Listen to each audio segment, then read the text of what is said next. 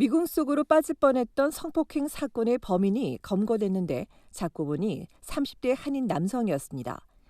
온타리오주 토론토에 거주하는 32세 조모 씨는 2013년 9월 27일 새벽 2시쯤 미시사가 사우스 서비스 로드와 크레스트뷰 애비뉴에서 47세 여성을 무기로 협박해 덤플숲으로 끌고 가 성폭행했습니다. 이어 2014년 11월 13일 0시 30분엔 리치몬드 힐 영스트리트와 캐년힐 애비뉴에서 17세 소녀를 칼로 협박해 돈을 요구하고 때리곤 수풀이 우거진 필드 쪽으로 50m를 끌고 가 결박한 뒤 성폭행했습니다. 버스에서 내린 피해자만 골라서 노린 조 씨는 범행 당시 얼굴을 가렸고 경찰에 신고하면 피해자와 가족을 죽이겠다고 협박한 것으로 알려졌습니다. 당시 현장에서 정밀 감식을 벌인 욕과 필저 경찰 당국은 DNA 검사 결과 동일범의 소행임은 밝혀냈으나 용의자를 특정하지 못했습니다. 그렇게 여러 해를 보낸 경찰은 지난 2019년 유전자 계보 연구를 통해 범인이 한국 게임을 알아낸 뒤 2년 동안 용의자 명단을 좁혀나갔습니다. 그러다 지난해 가을 또 다른 사건의 용의자와 성폭행범이 같다는 중요한 단서를 전해 듣고 추적한 끝에 범인 조 씨를 밝혀낼 수 있었습니다. 조 씨의 또 다른 사건이 무엇인지 법의학적으로 어떻게 연결된 건지는 공개하지 않았으나 경찰은 다른 사건 목격자들의 진술을 토대로 조 씨를 특정하게 됐다고 발표했습니다.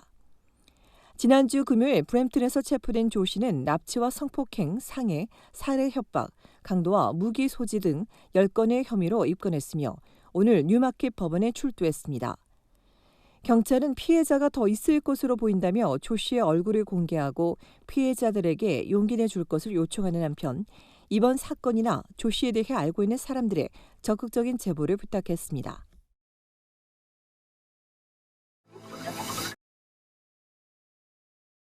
온타리오주 토론토 블루어의 한인 노인회가 총회를 열고 최종대 전 이사를 회장에 선출했습니다.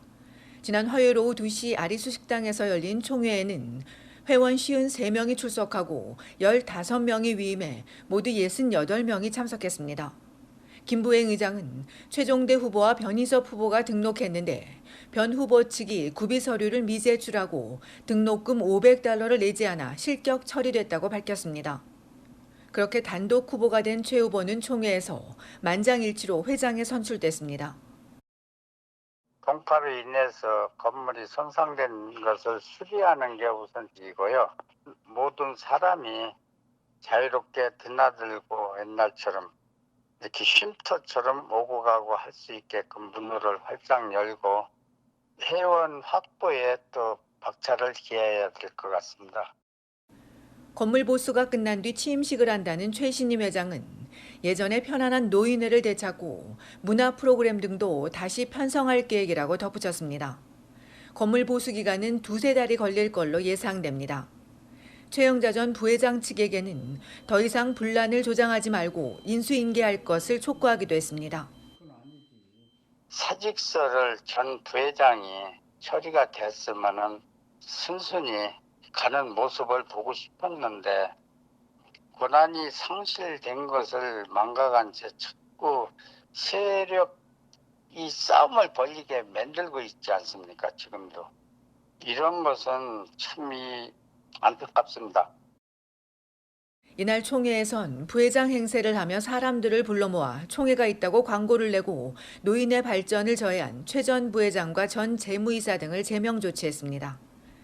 오랜만에 총회에 참석한 60여 명의 회원들은 오랜 갈등이 해소되고 다시 예전처럼 되돌아갈 수 있기를 희망했습니다. 얼티비 뉴스 손희정입니다.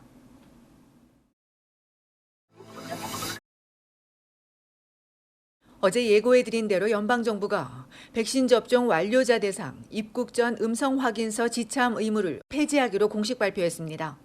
지금까지 5세 이상 모든 입국자는 사전 음성 확인서를 제출해야 했습니다.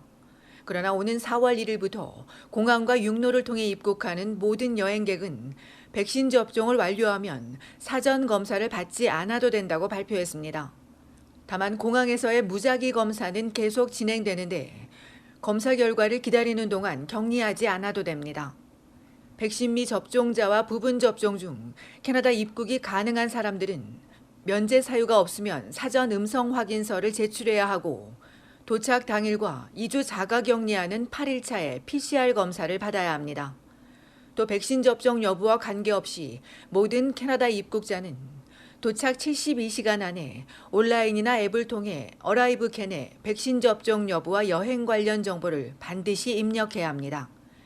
이외 기내와 공항, 열차 등에서는 여전히 마스크를 착용해야 합니다. 크루즈 승객은 출발 하루 전 검사를 받아야 하지만 하선 전 검사는 폐지되며 그 외 크루즈 승객 관련 방역 조치는 그대로 유지됩니다. 다음 달부터 캐나다에도 2년 만에 크루즈가 입항할 예정입니다. 오늘 연방정부가 입국 전 검사를 폐지함에 따라 침체됐던 관광 사업도 다시금 활성화될 것으로 예상됩니다. 한편 오늘 연방보건당국은 6세에서 11세 어린이에 대한 모더나 백신 접종을 승인했습니다.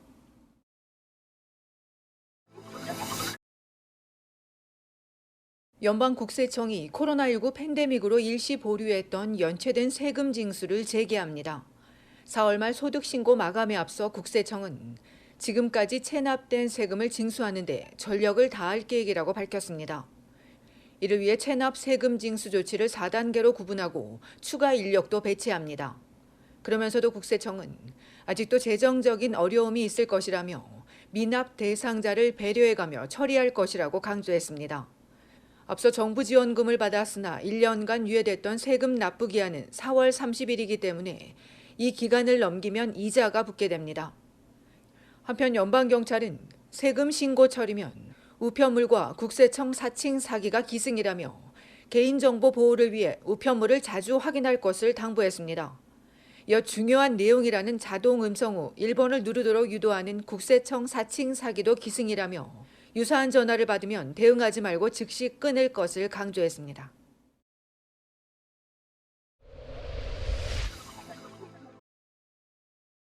어젯밤 9시 온타리오주 토론토 톤클리프 파크 드라이브와 오벌리 블루버드 남쪽에서 보행자 교통사고가 발생했습니다.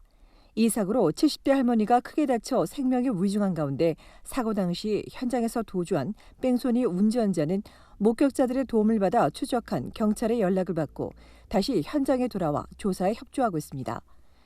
경찰은 할머니가 사고 당시 횡단보도를 이용하지 않았다며 운전자와 목격자 등을 상대로 정확한 사고 경위를 조사하고 있다고 전했습니다. 한편 그젯밤 미국 텍사스주에서 발생한 끔찍한 교통사고로 인해 온타리오주 출신의 19세와 20세 대학생이 크게 다친 것으로 확인됐습니다.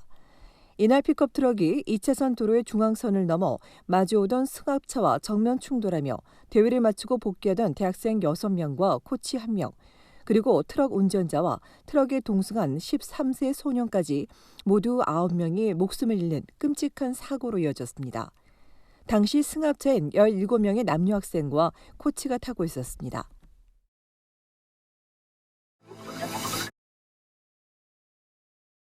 차량 공유 서비스 업체인 우버가 휘발유값 인상에 따라 어제부터 새로운 유료 할증료를 부과하기로 했습니다.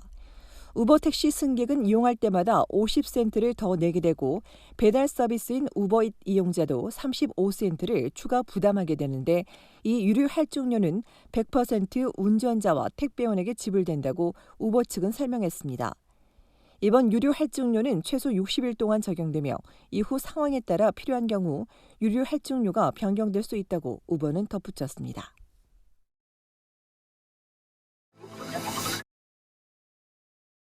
(6월 2일) 총선을 앞두고 있는 온타리오주 덕포드 수상의 지지율이 2년 만에 최저 수준으로 하락했습니다. 마루 조사기관이 발표한 바에 따르면 온주민 응답자의 37%만이 포드 수상이 잘하고 있다고 답해 지난 12월 조사 때보다 4%포인트 떨어졌고 절반이 남는 57%가 잘못하고 있다고 답했습니다. 전국에서 지지율이 가장 높은 수상은 브리티시 콜롬비아주의 존 호건 수상과 노바스코시아주 팀 휴스턴 수상으로 앞선 조사 때보다 상승하며 절반이 넘는 64%가 잘하고 있다고 답했고 퀘벡주 수상도 55%의 지지율을 기록했는데 반대로 알버타와 매니토바주 수상의 지지율은 전국 최저인 30%에 그쳤습니다. 포드 수상의 지지율은 2018년 6월 당선 직후 40%에서 2019년 9월 26%까지 하락했다. 2020년 3월 30%에서 6월 62%까지 올랐으나 다시 하락하고 있습니다. 이번 여론조사는 2월 12일에서 23일 사이 온주민 1,977명을 포함해 전국의 성인 5,308명을 대상으로 온라인으로 진행됐으며 표본 오차는 95% 신뢰 수준의 플러스 마이너스 1.4%포인트입니다.